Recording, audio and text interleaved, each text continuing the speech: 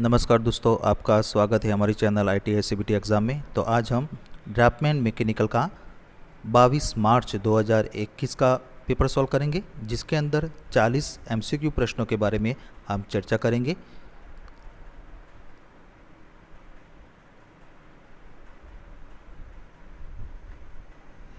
Paper 1 चलो शुरू करते हैं।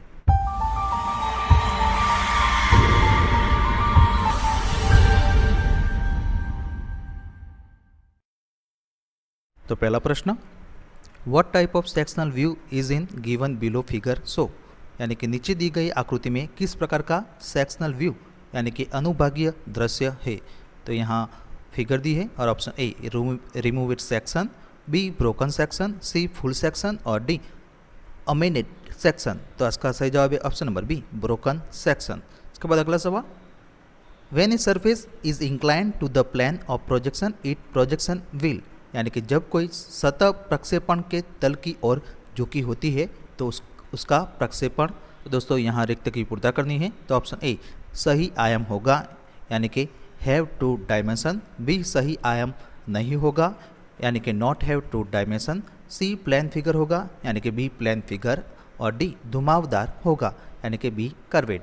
तो इसका सही जवाब है ऑप्शन नंबर बी सही आयाम नहीं होगा, यानी कि नॉट हैव टू डायमेंशन। इसके बाद अगला सवाल, what is the name of sine, यानी कि चिन्ह का नाम क्या है। तो यहाँ फिगर दी है और ऑप्शन ए संरक्षित यानी कि गार्डेड, बी असंरक्षित यानी कि अनगार्डेड, सी स्कूल और डी पैदल यात्री क्रॉसिंग। तो इसका सही जवाब है ऑप्शन नंबर सी स्कूल। इसके बाद अगला सवाल, which drawing equipment had the combined function of T square set square scale and protractor as a wall unit, यानी कि किस ड्राइंग उपकरण में T square set square scale और प्रोटेक्टर का संयुक्त कार्य एक संपूर्ण यूनिट के रूप में होता है। तो option A drawing paper, B drawing pencil, C drafting machine और डी ट्रेसिंग पेपर या ट्रेसिंग फिल्म। तो इसका सही जवाब है option number C drafting machine. तो दोस्तों यहाँ पे हमने ड्राफ्टिंग मशीन की आकृति भी ली है, जिसमें इस यूनिट में T square set square scale और प्रोटेक्टर सबका कंबाइंड यानी कि संयुक्त कार्य एक संपूर्ण यूनिट में होता है। इसके बाद अगला सवाल, how many number of side are in decagon, यानी कि एक दशकोण में भुजाओं की संख्या कितनी होती है। तो ऑप्शन ए 5 भुजाएं, बी 7 भुजाएं, सी 9 भुजाएं और डी 10 भुजाएं। तो इसका सही जवाब है ऑप्शन नंबर डी 10 भुजाएं, यानी कि 10 साइड। तो यहाँ हमने समझ के लिए डेकागॉन यानी कि 10 कोण की एक फिगर भी ली है, जिसकी भुजाएं यानी कि साइड 10 होती है। इसके बाद अगला सवाल, which is A two size in the engineer system of paper size, यानी कि पेपर साइज के इंजीनियरिंग सिस्टम में A2 साइज कौन सा होता है। तो दोस्तों यहाँ ऑप्शन दिया है और उसका सही जवाब है option number C 420 mm by 594 mm। तो यहाँ पे हमने टेबल भी रखा है कि अलग अलग प्रकार की इंजीनियर ड्राइंग की जो सीटें आती है तो इसका साइज विड्थ और लेंथ यहाँ दिया है। तो हमारे प्रश्न के अंदर A2 जो ड्राइंग की साइज है उसका विड्थ और लेंथ यहाँ दिया है, तो वो है 420 बाय 594। इसके बाद अगला सवाल, which is practical application of involute curve, यानी कि इनवॉल्यूट कर्व का व्यवहारिक अनुप्रयोग कौन सा है। तो option A gear tooth profile, B spring of clock, C screw thread और डी रडार एंटीना। तो उसका सही जवाब है option number A gear tooth profile. इसके बाद अगला सवाल, what name the curve traced out by a point on the circumference of a circle that roll outside another circle of large diameter, यानी कि उस वक्र का नाम क्या है जो एक वृत्त की परिधि पर एक बिंदु से होकर गुजरता है जो व्यास के दूसरे वृत्त से आगे बढ़ता है। तो ऑप्शन ए साइक्लॉइड, बी हाइपोसाइक्लॉइड, सी एपीसाइक्लॉइड और डी वृत्त यानी कि सर्कल। तो उसका सही जवाब है ऑप्शन नंबर सी एपीसाइक्लॉइड। इसके बाद अगला सवाल, what is the chord perpendicular to the axis of hyperbola, यानी कि अति परवलय की दूरी के लंबरूप जीवा क्या है। तो option A abscissa, B latus rectum, C double coordinate और डी ऑर्डिनेट। तो इसका सही जवाब है option number C double coordinate. इसके बाद अगला सवाल, identify the following scale in the figure, यानी कि आकृति में निम्नलिखित स्केल को पहचानें। तो यहाँ फिगर दी है और option A vernier scale, B plane scale, C तुलनात्मक स्केल यानी कि कंपैरेटिव स्केल और डी स्केल ऑफ कॉर्ड। तो इसका सही जवाब है option number A vernier scale. इसके बाद अगला सवाल, which method of free hand sketching is shown in figure, यानी कि फ्री हैंड स्केचिंग की कौन सी विधि आकृति में दिखाई गई है। तो यहाँ फिगर दी है और ऑप्शन ए आइसोमेट्रिक, बी परिप्रेक्ष्य, सी ऑब्लिक और डी मल्टी व्यू। तो इसका सही जवाब है option number D multi view यानी कि ऑर्थोग्राफिक। इसके बाद अगला सवाल, which method of free hand sketching in Sovan figure, यानी कि फ्री हैंड स्केचिंग की कौन सी विधि आकृति में दिखाई गई है। तो यहाँ फिगर दी है और ऑप्शन ए आइसोमेट्रिक, बी परिप्रेक्ष्य यानी कि परस्पेक्टिव, सी ऑब्लिक और डी मल्टी व्यू। तो इसका सही जवाब है ऑप्शन नंबर बी परिप्रेक्ष्य यानी कि पर्सपेक्टिव। इसके बाद अगला सवाल, which method of free hand sketching is Sovan figure, यानी कि फ्री हैंड स्केचिंग की कौन सी विधि आकृति में दिखाई गई है। तो यहाँ फिगर दी है और ऑप्शन ए आइसोमेट्रिक, बी परिप्रेक्ष्य, सी ऑब्लिक और डी मल्टी व्यू। तो इसका सही जवाब है ऑप्शन नंबर सी ऑब्लिक। इसके बाद अगला सवाल, which method of free hand sketching in Sovan figure, यानी कि फ्री हैंड स्केचिंग की कौन सी विधि आकृति में दिखाई गई है। तो यहाँ फिगर दी है और ऑप्शन ए आइसोमेट्रिक, बी परिप्रेक्ष्य, सी ऑब्लिक और डी मल्टी व्यू।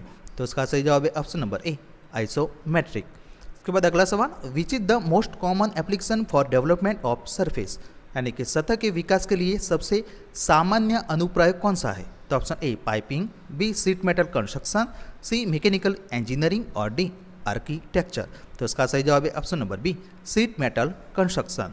इसके बाद अगला सवाल, which method of intersection of solid in shown in the figure, यानी कि आकृतियों में ठोसों यानी कि सॉलिड के प्रतिच्छेदन की कौन सी विधि यानी कि पद्धति दिखाई गई है। तो यहाँ फिगर दी है और ऑप्शन ए लाइन विधि यानी कि लाइन मेथड, बी समांतर लाइन विधि यानी कि पैरेलल लाइन मेथड, सी कटिंग प्लेन विधि और डी रेडियल लाइन विधि। तो इसका सही जवाब है option number C cutting plane विधि यानी कि कटिंग प्लेन मेथड।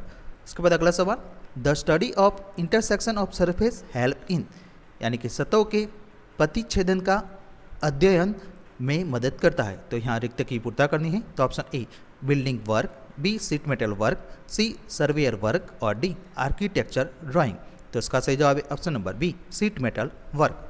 इसके बाद अगला सवाल, what is name of given object, यानी कि दी गए ऑब्जेक्ट यानी कि वस्तु का नाम क्या है। तो यहाँ फिगर दी है और ऑप्शन ए वृत्त यानी कि सर्कल, बी दीर्घवृत्त यानी कि इलिप्स, सी प्रिज्म और डी पिरामिड। तो उसका सही जवाब है ऑप्शन नंबर बी दीर्घवृत्त यानी कि इलिप्स। इसके बाद अगला सवाल, what is name of object as shown in the figure, यानी कि आकृति में दिखाए अनुसार वस्तु का नाम क्या है। तो यहाँ फिगर दी है और ऑप्शन ए शंकु यानी कि कॉन, बी सिलेंडर, सी गोला यानी कि स्पेयर और डी फ्रस्टम ऑफ कॉन। तो उसका सही जवाब है ऑप्शन नंबर बी सिलेंडर। इसके बाद अगला सवाल, the plane are formed when any 3 point are joined, यानी कि प्लेन्स तब बनते हैं जब कोई 3 बिंदु जुड़ते हैं। तो यहाँ रिक्त की पूर्ता करनी है। तो ऑप्शन ए गैर समरेखीय यानी कि नॉन कोलिनियर, बी समरेखीय यानी कि कोलिनियर, सी संकेंद्रित यानी कि कॉन्सेंट्रिक और डी उत्केंद्र यानी कि एसेंट्रिक। तो इसका सही जवाब है ऑप्शन नंबर ए गैर समरेखीय यानी कि नॉन कोलिनियर। इसके बाद अगला सवाल, what is the inner most part of screw thread, यानी कि स्क्रू थ्रेड को सबसे भीतरी भाग क्या होता है। तो option A lead, B pitch, C crest और डी रूट। तो उसका सही जवाब है ऑप्शन नंबर डी रूट। तो दोस्तों यहाँ पे हमने स्क्रू की एक फिगर भी ली है थ्रेड की। तो आप देख सकते हो कि जो रूट होता है वो स्क्रू थ्रेड का सबसे भीतरी यानी कि इनर मोस्ट पार्ट यानी कि भाग होता है। इसके बाद अगला सवाल, what is the width of the hexagonal nut, यानी कि हेक्सागोनल नट की चौड़ाई कितनी होती है। तो option A 1.2 D plus 3 mm, B 2D plus 3 mm, C 1.5 D plus 3 mm और डी 1.5 डी प्लस 8 mm। तो इसका सही जवाब है option number C 1.5 D plus 3 mm। इसके बाद अगला सवाल, why Teflon is use for bearing, यानी कि टेफ्लॉन का उपयोग बेरिंग के लिए क्यों किया जाता है। तो ऑप्शन ए बेहतर गर्मी लपटाना, बी घर्षण का निम्न गुणांक, सी छोटे स्थान पर विचार और डी घर्षण का उच्च गुणांक।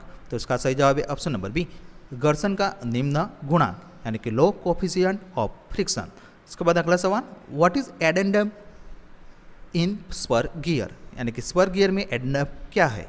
तो ऑप्शन ए भीतरी व्यास यानी कि इनसाइड डायमीटर, बी बाहरी व्यास यानी कि आउटसाइड डायमीटर, सी वृत्ताकार पिच यानी कि सर्कुलर पिच और डी पिच सर्कल व्यास। तो इसका सही जवाब है ऑप्शन नंबर बी बाहरी व्यास यानी कि आउटसाइड डायमीटर। इसके बाद अगला सवाल, what is called number of teeth on a wheel per unit of it pitch diameter, यानी कि एक पहिए पर उसके पिच व्यास की प्रति यूनिट दांतों की संख्या को क्या कहते हैं। तो option A module, B diametric pitch, C वृत्ताकार पिच यानी कि सर्कुलर पिच और डी पिच। तो इसका सही जवाब है option number B diametric pitch.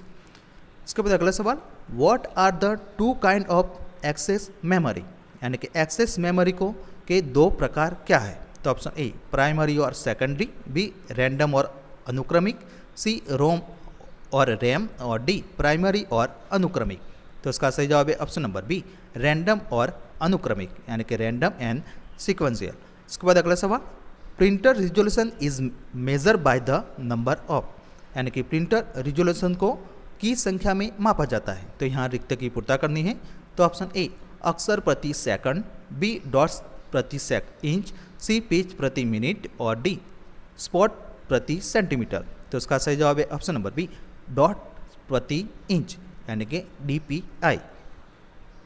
इसके बाद अगला सवाल, which of the following storage device can store maximum amount of data, यानी कि निम्नलिखित में से कौन सा स्टोरेज डिवाइस अधिकतम मात्रा में डेटा स्टोर करता है। तो option A floppy disk, B hard disk, C compact disk और डी मैग्नेट ऑप्टिकल डिस्क।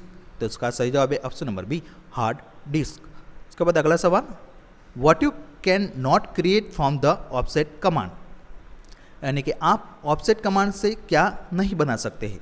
तो ऑप्शन ए सीधे लंबवत यानी कि वर्टिकल स्ट्रेट, बी सकेंद्रीय वृत्त यानी कि कॉन्सेंट्रिक सर्कल्स, सी तीन समांतर रेखाएं यानी कि 3 पैरेलल लाइंस और डी समांतर चाप यानी कि पैरेलल आर्क। तो इसका सही जवाब है ऑप्शन नंबर ए सीधे लंबवत यानी कि वर्टिकल स्ट्रेट। इसके बाद अगला सवाल, what is denoted by the well symbol, यानी कि वेल प्रतीक द्वारा क्या दर्शाया जाता है। तो यहाँ फिगर दी है और option A double sided fillet joint, B double bevel butt joint, C double V butt joint और D single sided fillet joint. तो उसका सही जवाब है option number A double sided fillet joint. उसके बाद अगला सवाल, what is the another name of circlip, यानी कि सर्क्लिप का दूसरा नाम क्या है। तो option A collar pin, B set collar, C retaining ring और डी स्प्लिंट रिंग। तो उसका सही जवाब है option number C retaining ring. इसके बाद अगला सवाल, what is the angle of return bend fitting, यानी कि रिटर्न बैंड फिटिंग का कोण क्या है। दोस्तों यहाँ ऑप्शन दिए है ए 360 डिग्री, बी 180 डिग्री, सी 90 डिग्री और डी 45 डिग्री। तो उसका सही जवाब है ऑप्शन नंबर बी 180 डिग्री। इसके बाद अगला सवाल, what is the diameter of rivet hole in comparing with nominal diameter of rivet, यानी कि रिवेट के नॉमिनल व्यास की तुलना में रिवेट होल का व्यास कितना है। तो ऑप्शन ए बराबर यानी कि इक्वल टू, बी इससे कम यानी कि लेस देन, सी इससे अधिक यानी कि मोर देन और डी डबल। तो इसका सही जवाब है ऑप्शन नंबर सी इससे अधिक यानी कि मोर देन।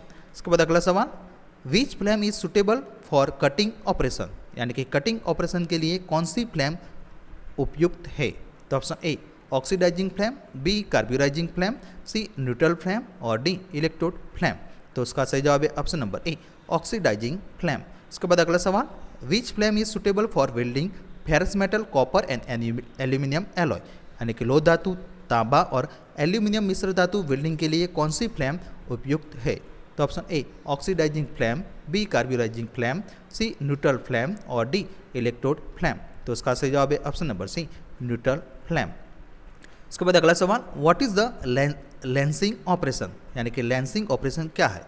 तो ऑप्शन ए एक प्लेट के किनारे से मनचाहा आकार धातु को निकाल दिया जाता है, बी घुमावदार अक्ष के साथ धातु की एक सीट को मोड़ना, सी इसकी लंबाई के धातु भाग की एक सीट को काटना और कटे हुए भाग को मोड़ना और डी लंबाई के साथ एक सीधी रेखा में धातु की एक सीट काटना। तो इसका सही जवाब है ऑप्शन नंबर सी इसकी लंबाई के धातु भाग की एक सीट को काटना और कटे हुए भाग को मोड़ना, यानी कि cutting A seat of metal part of it length and bend the cut portion. इसके बाद अगला सवाल, which enters in the cylinder of SI engine, यानी कि एसआई इंजन के सिलेंडर में कौन प्रवेश करता है।